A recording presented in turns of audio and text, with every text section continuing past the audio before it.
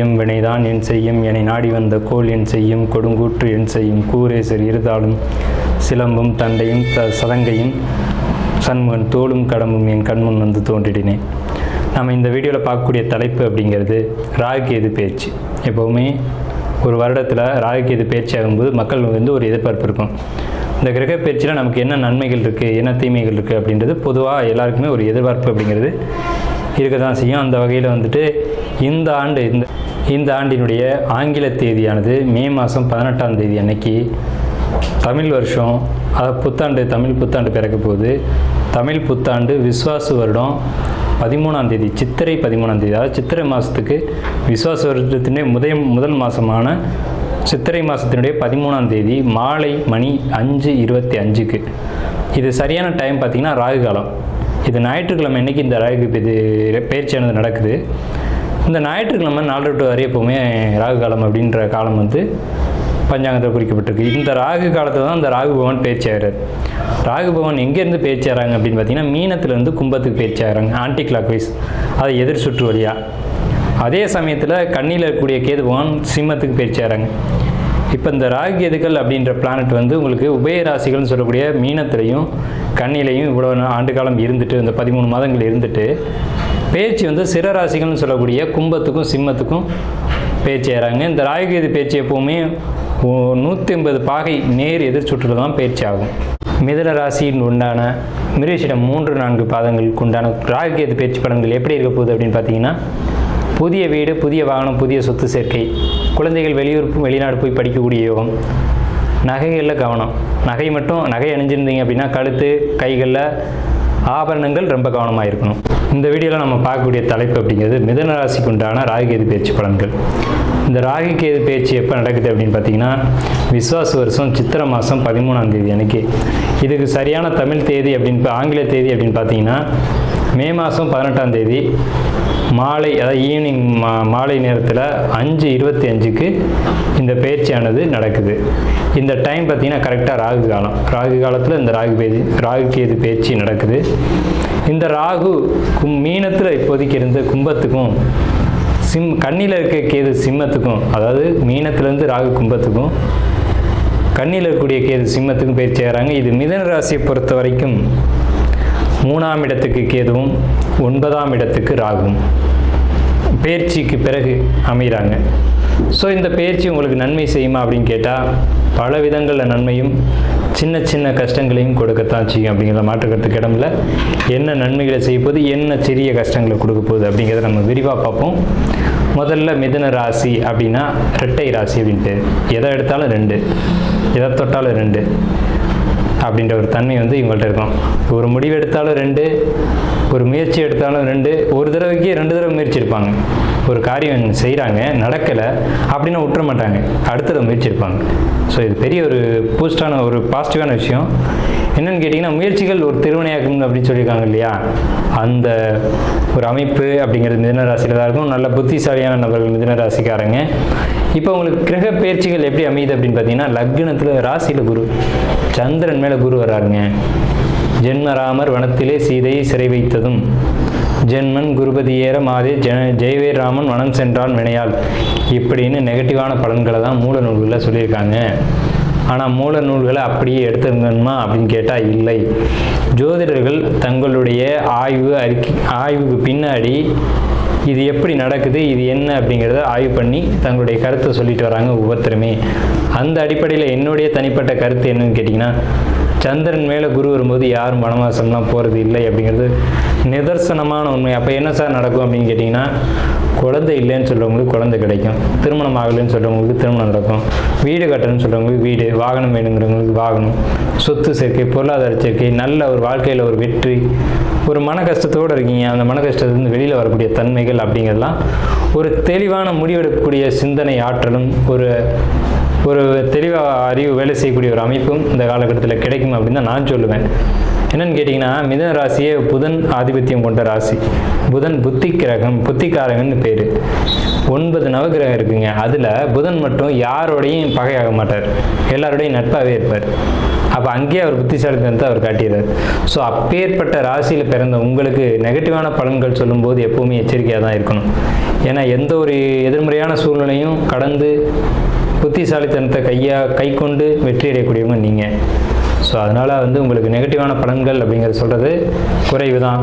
இருந்தாலும் இருக்கிறத நம்ம சொல்லித்தானே ஆகணும். என்ன நெகட்டிவ் இருக்குது? கழுத்தில் நகை, கையில் நகை, இதெல்லாம் அணியதை குறைச்சிக்கோங்க.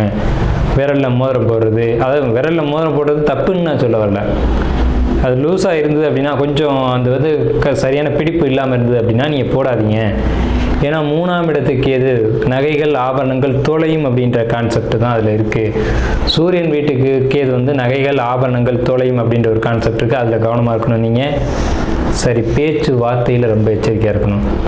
யார்கிட்ட பேசுகிறோம், என்ன பேசுகிறோம், ஏது பேசுகிறோன்றது எப்போவுமே தெளிவாக இருக்கணும். ஏன்னா 3ஆம் இடம்ன்றது கருத்து பரிமாற்றம் அப்படின்னு பேர். ஒருத்தரை பற்றி இன்னொருத்தரை சொல்கிறோம் அப்படின்னா அவர் போய் அங்கே வேறு மாதிரி சொல்லுவார். இவர் சொன்னார் சார் அப்படின்னு தான் சொல்லுவார், அவர் வேறு மாதிரி சொல்லிட்டு போயிடுவார்.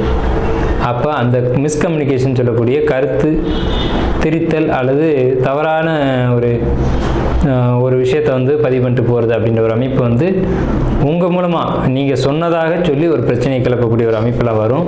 ஸோ அதனால் யாரை பற்றி பேசும்போதும் தேவையில்லாத கமெண்ட் அடிக்கிறது, கிண்டல் பண்ணுறது, இதெல்லாம் இந்த காலகட்டத்தில் குறைச்சிக்கணும். அரசியல்வாதிகள் பொறுத்த வரைக்கும் ரொம்ப அற்புதமான காலகட்டம்.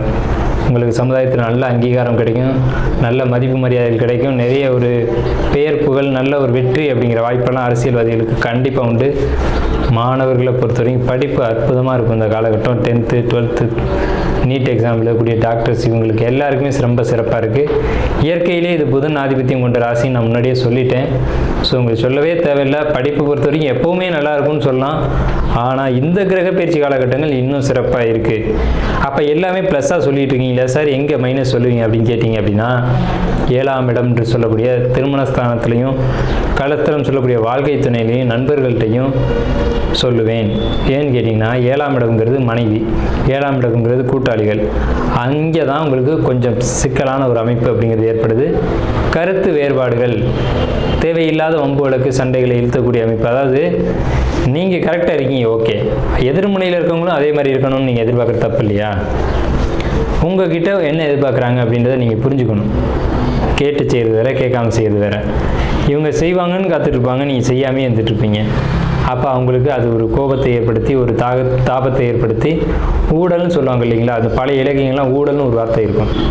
ஊழலுக்கு அர்த்தமே இன்றைக்கி தெரியாமல் போயிடுச்சு. ஊழல்ன்றது அதுக்கு ஒரு விதமான கோபம், பாசம் கலந்த கோபம் பேர். அந்த மாதிரியான ஒரு அமைப்பு.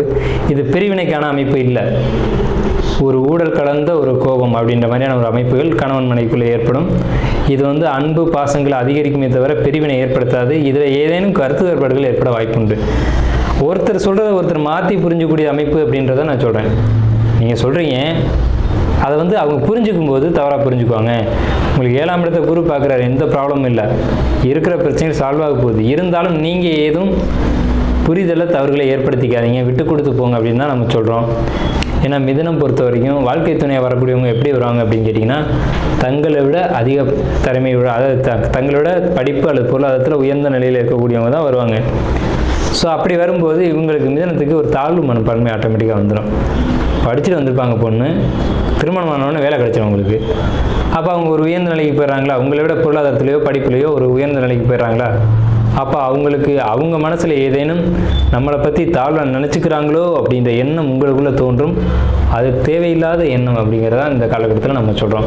இந்த ராகு பயிற்சி காலகட்டமான இந்த 18 மாதங்களுக்கும் உங்களுக்கு ராகு 3ஆம் இடத்துல பயிற்சி ஆகிறதுனால, 9ஆம் இடத்துல ராகுவும் 3ஆம் இடத்துல கேதுவும் பயிற்சி ஆகிறதுனால எந்த ஒரு எதிர்மறையான விஷயங்களும் குடும்பத்துக்குள்ளே இல்லை. குடும்பம் அப்படின்ற ஒரு அமைப்பை பொறுத்த வரைக்கும் ரொம்ப சிறப்பாக இருக்குது. கணவன் மனைவி குழந்தைகள் இணைந்தது குடும்பம். இந்த குடும்ப அமைப்புகளை பொறுத்த வரைக்கும் எந்த ஒரு கருத்து வேறுபாடுகள் அப்படின்னு சொல்லக்கூடிய இடம் இல்லை. கணவன் மனைவி பிரிஞ்சிருந்தால் கூட சேர்றதுக்கான வாய்ப்புகள் கிடைக்கும், அதை பயன்படுத்தி சேர்ந்துக்கோங்க. தவறான ஒரு உறவுகள் இருந்தால் அது பிரிவினைக்கான அமைப்பையும் கொடுத்து, 2வது திருமணத்துக்கான ஒரு வாய்ப்பையும் கொடுத்து, திருமண வாழ்க்கையில் ஒரு வெற்றியும் கொடுத்து ஒரு நல்ல அமைப்பு கொடுக்கும். வியாபாரம் பண்ணக்கூடியவங்களுக்கு வியாபாரத்தில் வெற்றி வாய்ப்புகளை கொடுக்கும். உடலில் தைரியம் தெம்ப கொடுக்கும். ஸோ வாய்ப்புகள் எல்லாமே கிடைக்கும்.